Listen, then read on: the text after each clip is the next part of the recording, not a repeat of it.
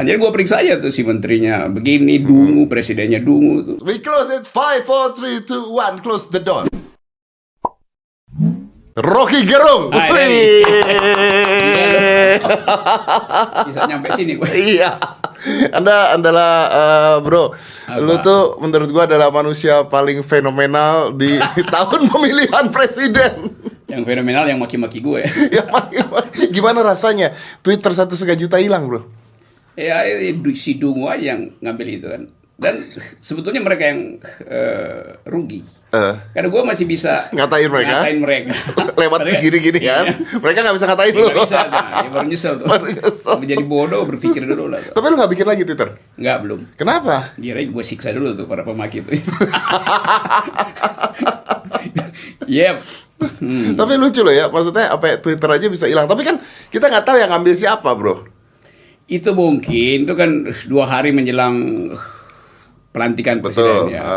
Jadi gue pikir mungkin mereka perlu 1,3 juta followers itu buat jagain acara pelantikan karena pasukannya Nyai Roro Kidul nggak cukup. Nah sekarang udah selesai pelantikan, maksudnya dibalikin dong. Sopan santunnya begitu. Belum dibalikin. Balikin ketahuan nanti kan. Kacau dah, hancur. Tapi nggak fenomenal banget, apalagi dengan kata-kata dungu yang ada di mana-mana. Yang marah ya yang dungu lah pasti. Kalau dia pinter kan dia diam-diam aja. Iya. Tapi sampai di TV lu ditunjuk-tunjuk ini kamu ya Presiden Dungu Indonesia. Ya udahlah itu biasa sebetulnya kan nggak ada yang personal di situ kan. Iya betul. Tiap kali gue sebutin dungu itu artinya gagal bernalar itu. Jadi dungu adanya di kepala bukan pada hati orang. Gue gak pernah bilang orang dungu. Cara berpikirnya dungu. Gitu. Cara berpikirnya dungu. Iya itu gagal reasoning gitu kan. Oke. Nah yang dungu ini sebenarnya siapa gitu? Ya setiap orang yang gagal bernalar itu pasti dungu. Nah karena kekuasaan yang terlihat setiap hari, maka sasaran gue kekuasaan. Jadi gue periksa aja tuh si menterinya begini, dungu, presidennya dungu tuh. Kalau Tapi jalan pikirannya ya bukan orangnya. Jokowi pasti orang baik tuh. Tapi ada kan jalan pikiran yang dungu. Tidak bernalar sehingga gue mesti sebut menghindari kata saudara presiden, saudara menteri gagal menggunakan alat berpikir yang diberikan oleh Tuhan agar supaya kita disebut manusia dalam kurung dungu tuh. Kalau gue sebut panjang begituan kan, wah itu habis buat nge-tweet aja panjang tuh.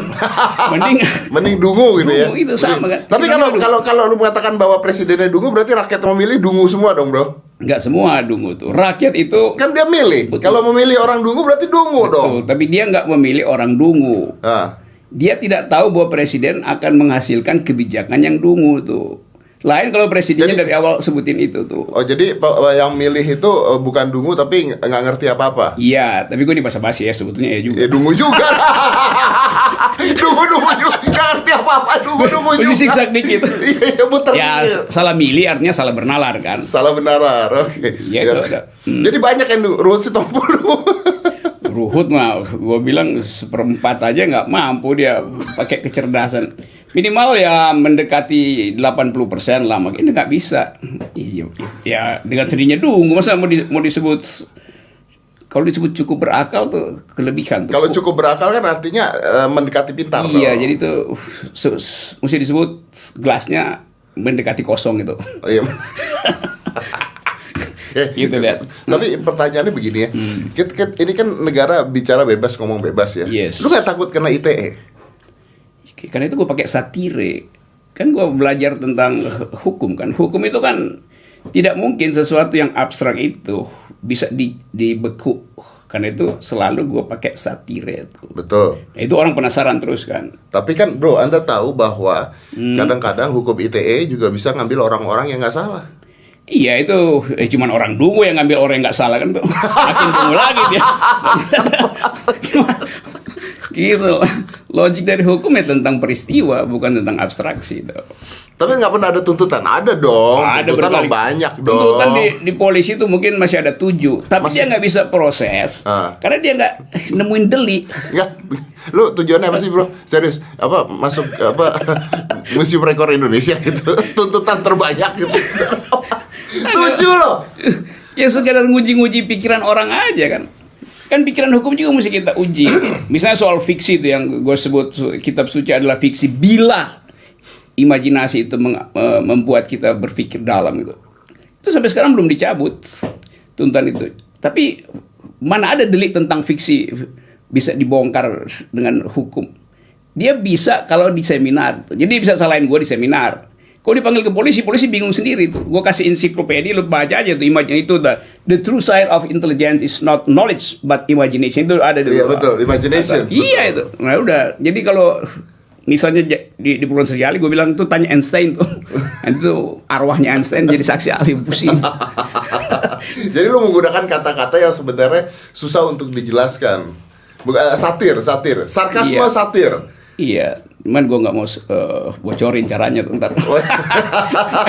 Banyak yang ngikut.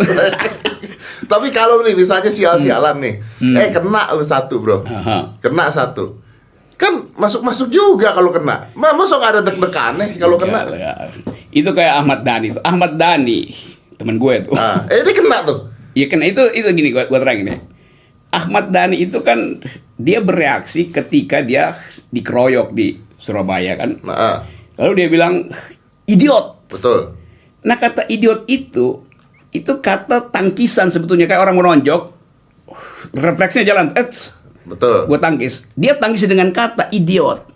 Jadi nggak dia maksudkan sebetulnya. Kena. Itu reaksi dia kena. Kena. Karena itu bagian itu yang dungunya di situ tuh. Nah, kena. Nah, apa bedanya dengan seorang Rocky Gerung mengatakan dungu? Kan sama, idiot, dungu, sama. Nah, karena itu. Ini juga ambigu nih, idiot juga ambigu nih. Kenapa lu kebal hukum? Anda kebal hukum Ini gue Anda. terangin ya. Karena waktu itu kata idiot belum dia rumuskan. Gue udah rumusin duluan kan.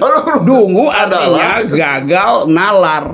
Jadi bukan menghina. Jadi gue kan bilang, gue udah fair, gue udah sebutin kan. Gue pakai definisinya seperti itu. Iya.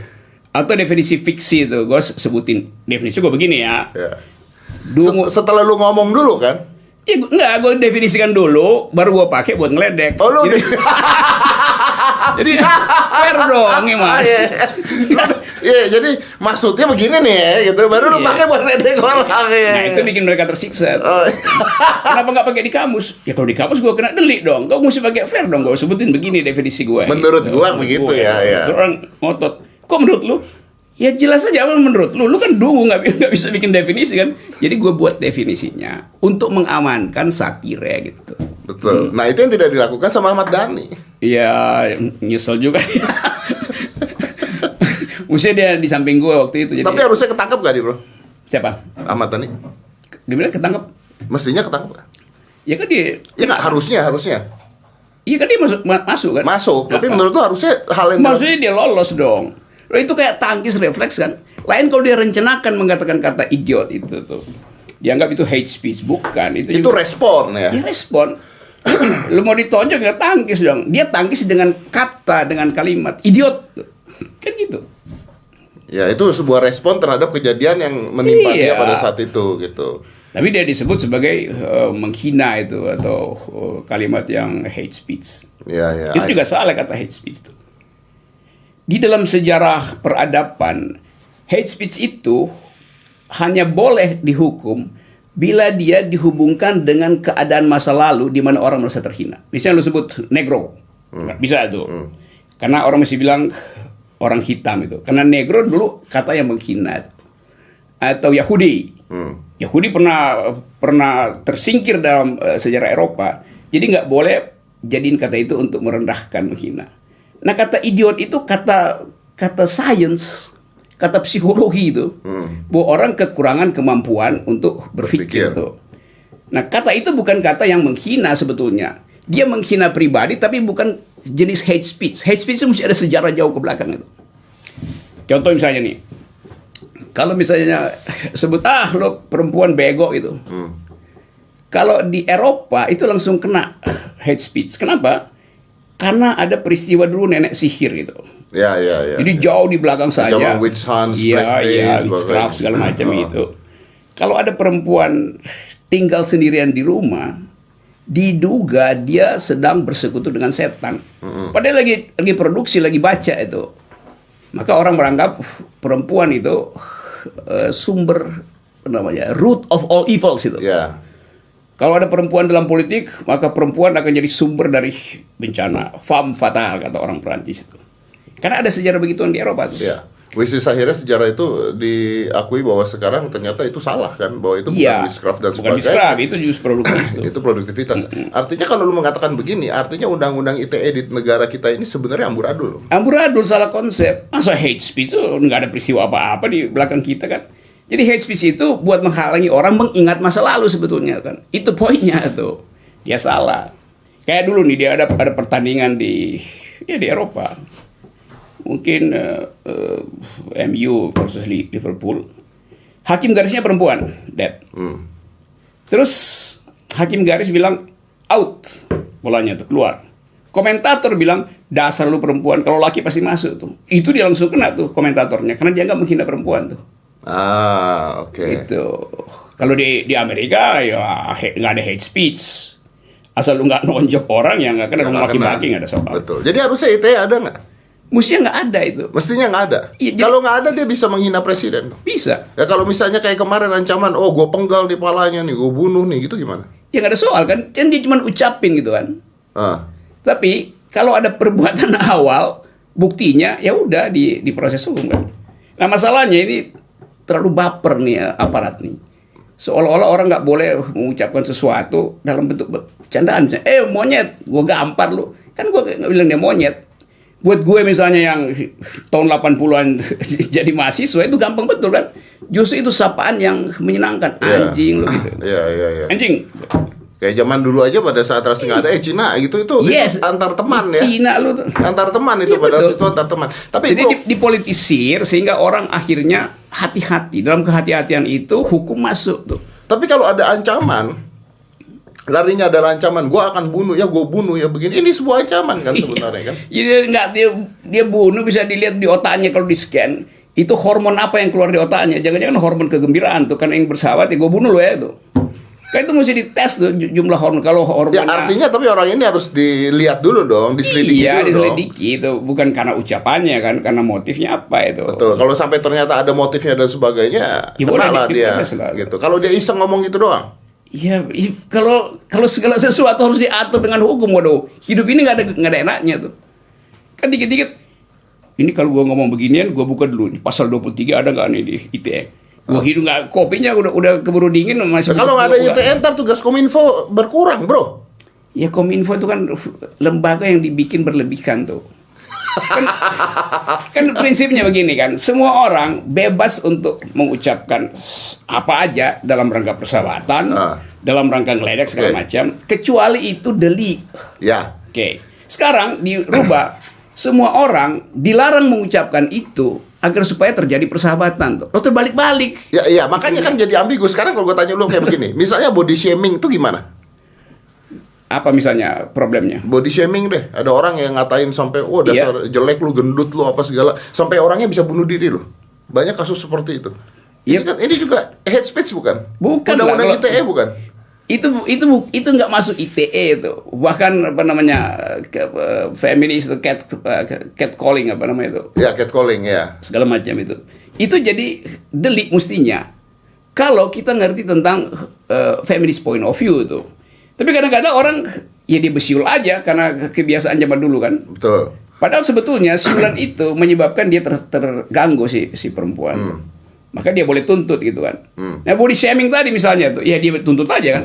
Kalau dia nggak tuntut terus dia bunuh diri, ya salah sendiri, masa disebut gendut. Artinya aja. Boleh dituntut? Boleh dong dituntut. Tapi bukan ITE? Bukan ITE.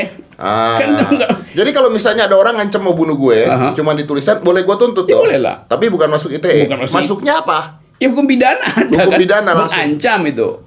Kan ada. Tapi bukan ITE ya? Bukan. Karena kalau ITE jadinya akhirnya semua orang, kita ngomong begini bisa kena ITE nih? Bisa. Dan awalnya kan ITE itu dipakai buat mengamankan transaksi elektronik kan, buat fraud segala macam. Sekarang berubah jadi omongan orang, kan ngaco tuh. Dulu buat mengamankan orang menipu melalui elektronik, itu disebut kejahatan. Awalnya cuma itu, transaksi elektronik. Berkembang ini gara-gara rejim idiot. Lah iya. Kalau nggak idiot, rejim itu bisa mikir, dia bisa bedain nih. Ini ungkapan persahabatan, itu hate speech karena pernah ada di dalam sejarah tuh. Sekarang semuanya dianggap hate speech.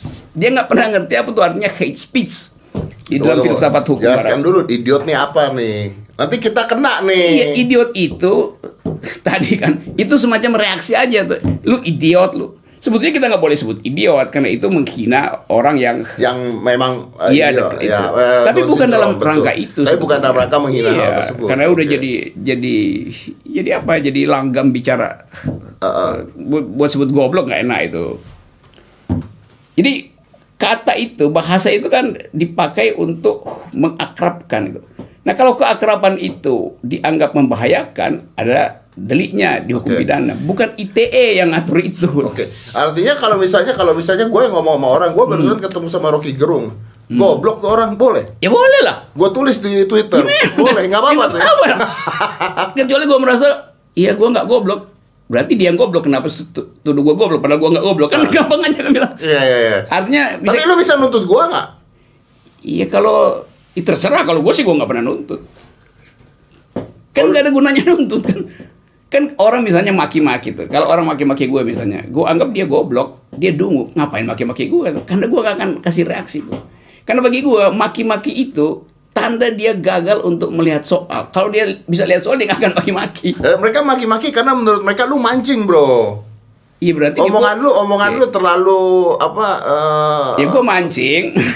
Terlalu satir, menggunakan sarkasme. Nah, kayak begitu kan? Here's the thing, bro. Not everybody understand sarcasm gitu loh. Lu menggunakan sarkasme di orang-orang yang tidak mengerti sarkasme, ya nggak bisa dong. Itu gue sengaja supaya bangsa ini masuk dalam tahap yang lebih enak dalam ngeledek itu. Pakai satire lah itu.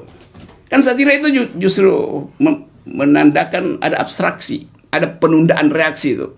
Bikin satire susah loh. Nah, dia nggak suka satirenya, dia maki-maki gue. Maka gue rumuskan, lu nggak mampu berpikir di dalam tahap satire, berarti lu dungu tuh. Jadi maki-maki lu karena lu dungu, ya gue maafin itu. Ya orang dungu dimaafin aja lah, ngapain di penjara.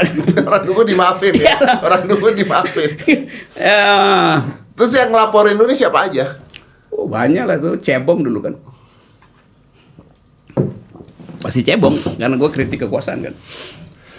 Lu kritik cebongnya, Jokowinya, atau kekuasaannya? Itu beda loh, bro. Cebong itu bergerombol untuk mempertahankan kekuasaan. Betul. Saking fanatiknya, dia nggak bisa lagi analisis apa sebetulnya yang terjadi behind segala macam kebijakan itu. Oke, bro, sorry nih ya, gue potong ya. Tapi kan lu orang pinter, lu harusnya mengerti bahwa rumusannya. Ini gak satir. Iya, cuma orang pinter yang bisa bilang gitu. Iya, betul. Orang pinter yang seharusnya mengerti bahwa siapapun presidennya, siapapun presidennya di Indonesia, ini gak akan sempurna, akan ada yang mengatur, akan ada yang mendompleng dan sebagainya. This is not about Jokowi, this is about whoever the president is. Pasti ada yang mendompleng, pasti ada yang ngatur, pasti ada yang begini. Itu siapapun yang jadi presiden, zaman SBY juga gue kasih kritik, dari zaman Harto, zaman Gus Dur juga, padahal Gus Dur temen gue. Tapi jadi nggak ada yang beda sebetulnya. Nah, jadi apa tujuan lo ngeritik kalau misalnya nggak ada yang beda juga? Power tends to corrupt, and absolute power corrupt absolutely. Jadi buat halangi itu berubah jadi absolute, mending kita kasih kritik di awal gitu. Kan cuma itu kan. Kan implikasi dari kekuasaan kan dia mau ngatur semua kan. Karena itu kita mesti kasih kritik. Nah, orang marah kalau gua kasih kritik. Bagaimana coba? Atau dianggap, wah, nah, kan pemerintah, nggak ada pemerintah yang ingin menyengsarakan rakyat. Loh, itu idealnya. Dalam praktek 90% kekuasaan itu menyengsarakan rakyat dari abad pertama. Betul. Kekuasaan itu begitu. Betul, which you cannot change anything. Iya, karena itu dari awal oposisi harus bekerja. Oposisi itu bekerja 1 detik setelah kekuasaan terbentuk tuh. Kalau Anda mengatakan oposisi harus bekerja, lu ngomong oposisi harus bekerja, kenapa nggak lu masuk ke dalam sebuah lembaga yang benar-benar bisa menjadi oposisi? Yang mana lembaga oposisi sekarang nggak ada kan? Semuanya ada di kekuasaan. Iya, kalau sekarang nggak kemarin-kemarin. Ya gue udah bisa prediksi ini nggak bakal ada lembaga yang beroposisi. Oke, kalau gitu kenapa nggak lu membuat lembaga sendiri, bikin partai dong? Nah, ini podcasting ini kan juga bagian dari oposisi. Lebih efektif nih. Lebih efektif ya? Ya, daripada kasih konferensi pers ini udah segini kan. Tapi lebih efektif mana ketika seorang Rocky Gerung sendirian begitu, atau seandainya lu bikin partai? Kemarin gue ngobrol sama Fahri Hamzah, dia bikin partai Gelora kan? Iya, bagus, gue selamatin lah dia. Nah, sekarang kenapa lu nggak bikin partai? Bukan nggak mau bikin. Buat keadaan sekarang lebih efektif mengucapkan kalimat daripada mengumpulkan orang tuh. Oke. Karena gue anggap itu langsung, kalau gue kasih kritik langsung kena ke jantung. Langsung kena ke jantungnya. Kalau lewat partai itu mesti nego dulu kan. Ini bahasanya bagaimana, nih kalau terlalu keras, ntar proyek-proyek di belakang bisa dihambat segala macam. Makanya lu gak masuk PKS atau Nasdem ya? Enggak. PKS tetap gue dorong-dorong jadi oposisi. Kan cuma PKS yang ada di luar kan. Oh. Gitu. Lu dorong-dorong. Why don't you join it? Join secara ide kan sama kan. Ya kenapa nggak mau? Tadi lu bilang terbatas itu, jadi terbatas. Karena begitu masuk nanti rapat tapi dulu kan. Akhirnya seorang Rocky Gerung ini jadi kuda liar. Yang harus diamankan. Iya, lebih enak kan. Gak ada yang menunggangi kan, kuda liar. Kalau lu mengatakan nggak dinunggangin, tapi banyak orang yang mengatakan pada saat itu ini disuruh nih, ini dari partai ini nih yang nyuruh seorang karakter Rocky Gerung keluar nih kan begitu. Nah, baru sekarang mereka sadari bahwa ternyata enggak. Ternyata tidak. Karena barusan gue kritik Prabowo segala macam kan. Kalau dianggap gue orang Prabowo kan gue nggak mungkin kritik dia kan. SBY juga gue kritik dari dulu tuh. Jadi nggak ada begituan tuh. Itu cuma keinginan orang buat jebak gue, dianggap ini rejim Cikeas, rejim Hambalang, buset. Gue Hambalang ya. Rejim Bintaro. Tapi kalau misalnya orang nanya, terus tujuan lu ngapain sebenarnya? Selain untuk memberikan oposisi, mengkritik oposisi, tapi tujuan lu ngapain? Hidup udah enak dan sebagainya, udah santai-santai aja, lu bisa ngajar. Lu ngapain ngurusin pemerintah? With you cannot change. Lu nggak bisa ngerubah itu juga gitu loh. Yang kuat aja nggak bisa, lu nggak bisa berubah apapun, tapi lu bersuara sampai heboh banget. Wis, gua suka sih. Maksudnya gara-gara ada sebuah suara yang entah dari mana gitu ya, ngaung sendiri gitu kan. Ini heboh gitu. Tapi the reason why some people still don't understand why doing that gitu. Ngapain lu ngelakuin itu? Itu suara gitu. dari apa namanya? Ada lagunya Sound from the Wilderness, Sound of True Love apa gitu loh. Jadi bukan soal itu sebetulnya. Kan waktu kita memilih demokrasi, built-in dalam demokrasi adalah critical discourse itu. Nah, gue ingin agar supaya critical discourse ini diucapkan setiap hari oleh setiap warga negara. Kan cuma dengan cara itu kita rawat demokrasi kan. Nah, kalau nggak ada yang ngucapin, apalagi partai nggak mau ngucapin, ya udah gue omongin sendiri. Walaupun gue bukan politisi, kan sialnya mereka tuduh, lu kan nggak punya partai, nggak punya massa segala macam tuh. Terus ngapain mesti kritik? Lah kalau gue nggak punya massa, nggak punya partai, ngapain kalian takut gue kasih kritik kan? Kan begitu kan? Ya, lu berpikirnya begitu ya? Iya. Karena nggak ada keuntungan buat lu. Nggak ada keuntungan. Hobi gue naik gunung itu daripada masuk keluar istana, mending masuk keluar hutan kan? Ya, anyway dia mau ke Himalaya nanti minggu depan. Itu gue mau jalan lagi ke Himalaya tuh. Dia mau ke Himalaya tahun depan. Nanti masih mau lari lagi. Ini minggu depan ini tanggal 4 November itu. Tapi masalahnya, bro, yang lu kritik tuh hampir semua loh. Kemarin KPK ya kemarin ya. Iya, semua lah udah. Iya kan? Iya, kayaknya nggak ada yang benar Indonesia nih. Ya udah gini deh, yang benar apa di Indonesia? Pemerintah kita yang benar apa di Indonesia? Masa nggak ada yang benar sama sekali? Itu yang gue tagih, itu apa yang bisa gue puji? Kan kalau orang masa nggak ada satu juga yang benar? Ya coba kita bikin list misalnya. Ya, okay. Politik, demokrasi merosot, indeks demokrasi merosot dalam periode Jokowi itu. Ekonomi, janjinya 7%, dapatnya 5%. 5% itu mak-mak belanja doang, ekonomi udah jalan 5%. Tukang ojek jalan 5%. Itu kan bukan kegiatan negara tuh. Jadi tanpa ada negara, ekonomi itu pasti tumbuh 5% itu. Apalagi coba, tugas presiden dalam konstitusi cuma 2. 1, cerdaskan kehidupan bangsa. 2, rawat fakir miskin. Cerdaskan kehidupan bangsa, jalan nggak? Indeks pendidikan kita jauh di bawah Vietnam. Padahal masing-masing sama-sama kita keluarin 25% dari APBN untuk pendidikan. Vietnam nomor 4 dari atas, kita nomor 4 dari bawah tuh. Ya tapi kan kita nggak bisa merubah satu Indonesia hanya dengan kurun waktu 5 tahun. Enggak, ini kan lu tanya tadi apa yang mau dipujiin gitu kan. Oh iya betul. Iya. Jadi ini jawabannya belum ada yang dipuji. Belum ada yang bisa dipuji. Belum ada yang bisa dipuji. Ya betul. Apakah intelijensi kita meningkat? Nggak mungkin anak didik kita meningkat kalau dia cuma disuruh ngapalin nama-nama ikan gitu kan. Ya nggak mungkin naik lah ilmunya itu. Soal kesehatan, kesejahteraan tuh. Loh sekarang BPJS itu naikin iuran. Padahal tugas negara adalah membiayai kesehatan rakyat. Sekarang dia tagih, yang nggak bayar dapat hukuman. Lo nggak bisa. Kalau orang nggak bayar pun negara ambil alih. Harus tetap diobati mereka ya. Nah, salah negara adalah dia ngobati doang maka mahal. Mestinya dari awal dia biayai supaya orang sehat. Mulai dari rahim ibu mesti dibiayai negara tuh. Supaya nggak bisa lah bro, negara kita belum punya duit. Betul, karena itu gue terlalu ideal begituan tuh. Tapi kalau dibilang misalnya nggak ada anggaran itu, oke, gue lihat reasoningnya, logikanya tuh. Kesehatan itu adalah perintah konstitusi tuh. Infrastruktur bukan perintah konstitusi tuh. Jadi kesehatan dulu sama pendidikan dulu. Karena itu anggarannya dihabisin dulu bagian kesehatan sama pendidikan, baru bikin infrastruktur. Sekarang anggaran kesehatan berapa di BPJS tuh 6 triliun apa? Yang mestinya 23 triliun. Kasih dulu dong di situ tuh. Sisanya baru bikin jembatan tuh, gorong-gorong apa. Nanti kalau lu bikin itu kesehatan dulu, jembatan dan gorong-gorong nggak dibuat, negara lain melihat kita nggak berkembang. Bukan, ya karena itu kan akhirnya kita bikin perbandingan dengan negara lain kan.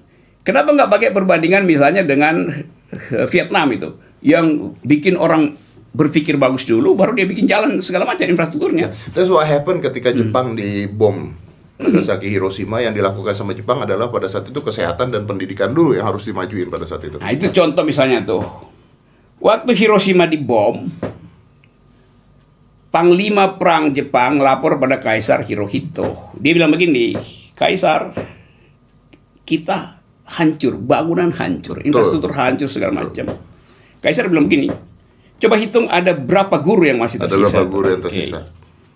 Akhirnya Kaisar bilang cukup itu untuk kita bangun lagi sampai 20 tahun ke depan. Ada berapa guru yang tersisa. Jokowi, guru demo ke istana berhari-hari, dia tanya pada menterinya, masih ada berapa guru yang demo di istana? Masih banyak Pak, kalau begitu kita jangan keluar. Ngumpet aja. Dia nggak mau bertemu dengan guru. Hirohito bertemu dengan guru tuh. Dia pakai guru sebagai infrastruktur untuk bangun ulang Jepang. Kita enggak. Ya kalau gitu misalnya. Ya, kita bicaranya seperti itu larinya panjang, karena gue juga sering ngundang guru-guru di acara gue, dan ternyata memang gaji mereka tuh sangat amat kesian. Ya karena itu kan nggak bisa kita puji kan suksesnya Jokowi dalam bidang pendidikan.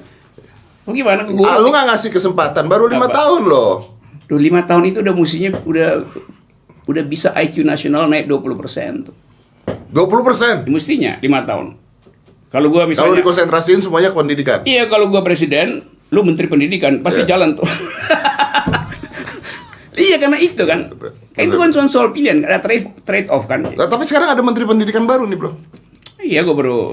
Ya, kayak kita kasih kesempatan dia untuk lihat prospeknya seperti apa tuh. We close it 5 4 3 2 1, close the door.